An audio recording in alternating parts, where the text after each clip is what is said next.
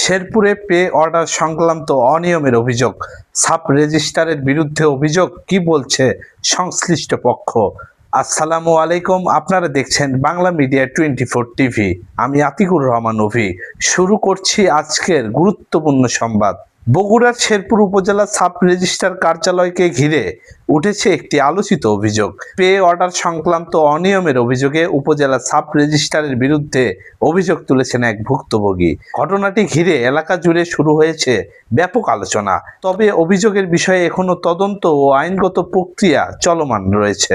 অভিযোগে বলা হয়েছে, একটি জমির নিবন্ধন সংক্রান্ত লেনদেন নির্ধারিত প্রক্রিয়া সম্পূর্ণ হওয়ার আগে কয়েকটি পে অর্ডার অবমুক্ত করা হয়। এতে উল্লেখযোগ্য পরিমাণ অর্থ নিয়ে প্রশ্ন উঠেছে বলে দাবি করেছেন অভিযোগকারী।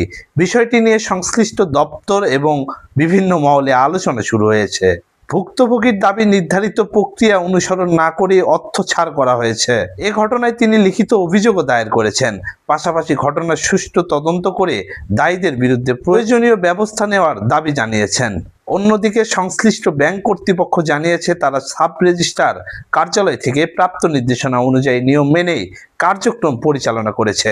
পরবর্তীতে বিষয়টি নিয়ে আপত্তি ওঠার পর কিছু পে অর্ডারের কার্যক্রম স্থগিত রাখা হয়েছে বলেও জানা গেছে।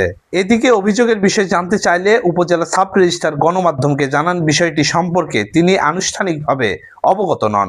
সরকারি বিধি অনুযায়ী ঊর্ধ্বতন কর্তৃপক্ষের অনুমতি ছাড়া এই বিষয়ে মন্তব্য করা তার পক্ষে সম্ভব নয় বলেও তিনি উল্লেখ করেন।